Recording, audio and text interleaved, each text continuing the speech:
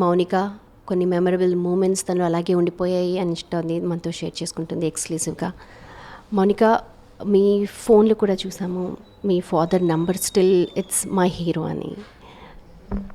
నాన్న ఎప్పటికీ నా హీరోనే అండి.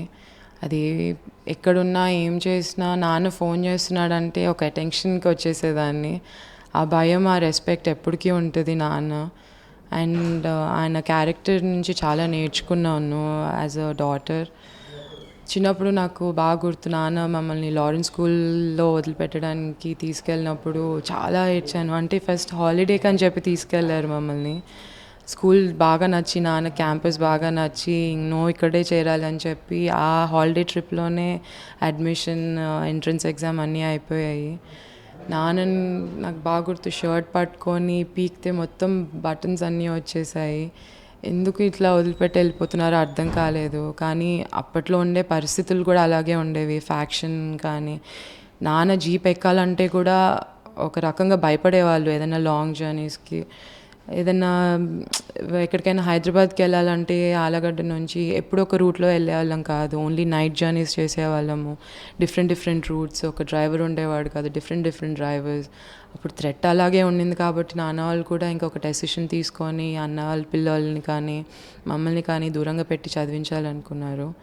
అండ్ నాన్న ఎప్పుడు అనేవాళ్ళు, నీకంతా స్టేట్ ర్యాంక్స్ రాకపోయినా జస్ట్ పాస్ అయినా చాలు, నేను హ్యాపీగా ఉంటాను, చాలా, నాకు పెద్ద కోరికలు ఏం లేవు అనేవాళ్ళు. అంటే ఈ లైఫ్లో కూడా నాన్న మా దగ్గర నుంచి ఎప్పుడు ఏం ఊహించాడో తెలియదు, కానీ ఉన్నన్ని రోజులు బాగా హ్యాపీగా చూసుకోవాలి పిల్లల్ని. నాకు బాగా గుర్తు, నాకు పెళ్ళి అవుతున్నప్పుడు కూడా, నాకైతే పెళ్ళి అమ్మద ఇన్సిడెంట్ అయిపోయిన తర్వాత మ్యారేజ్ అనే విషయమే నేను తీసేసాను మైండ్లోంచి.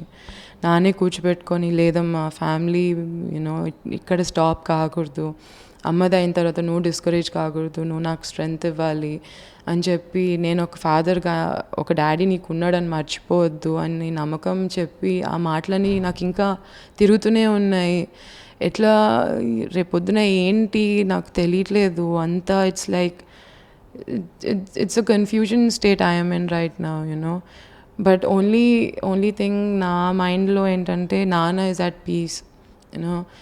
ఇంకా ఒక 30 years పోయినా ఈ పీస్ ఆయనకి ఎప్పుడు వచ్చేది కాదు. ఆయనకు ఉండే స్కెడ్యూల్, టెన్షన్స్, ఫ్యామిలీ, ఒకవైపు రాజకీయాలు, క్యాడర్, ఇటు మేము పిల్లలము, ఇంత పెద్ద ఫ్యామిలీ, ఇంత స్ట్రెస్, పొద్దున్న రాత్రి మా గురించి ఆలోచించి ప్రజల గురించి ఆలోచించే మనిషి.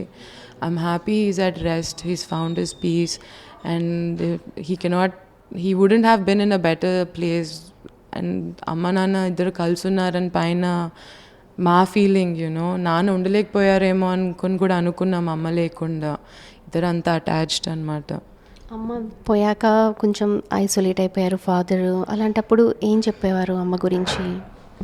నాన్న మమ్మల్ని పదే అడిగేవారు, అమ్మవి వీడియోస్ అన్నీ నాకు టీవీలో పెట్టి చూపించండి, అప్పుడు మా కజిన్ మ్యారేజ్ వీడియోస్ అన్నీ ప్లే చేసి చూపించండి. అంటే మేము చేయలేక కాదు, కానీ చూసి ఇంకా కృంగిపోతాడేమో, ఇంకా బాధపడిపోతాడేమో అనే భయంతో మేము అవన్నీ పెట్టేవాళ్ళం కాదు. కానీ అది పెట్టకపోయినా మాకు తెలుసు, నాన్న మైండ్లో మాట్లాడకపోయినా అమ్మాయి ఉంటుంది. ఇప్పుడు ఇక్కడికి వచ్చి కూర్చున్నానంటే నాకు నాన్నయ్య గుర్తొస్తున్నాడు. ఈ సోఫాలో కూడా నాన్నకి ఇక్కడే ఫిట్స్ వచ్చింది కూడా.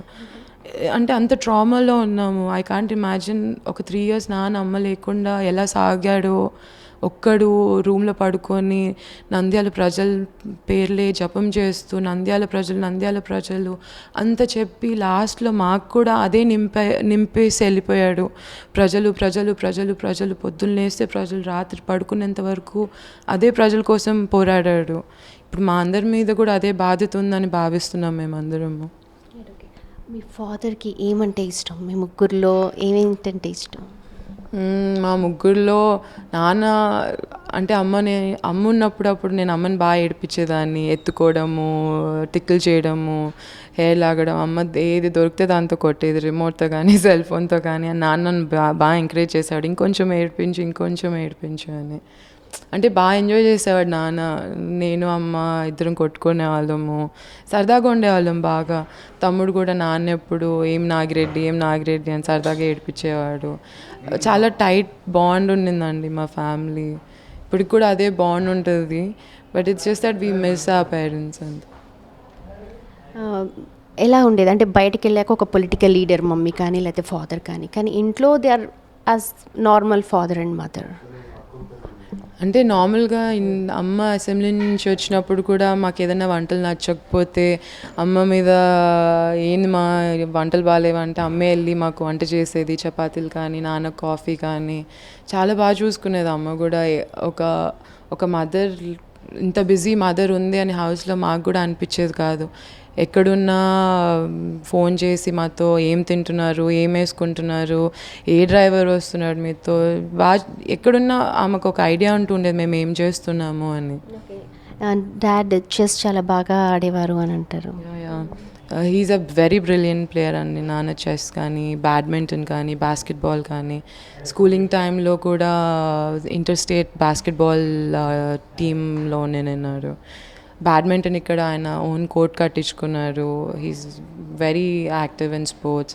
చెస్ కూడా ఐ థింక్ అందుకే ఆ చెస్ అనే ఇంప్లిమెంటేషన్ కూడా లైఫ్లో చేశారు కాబట్టి I think he went places and he's just not some leader, he's a very, very, very intelligent leader. That's what I can say.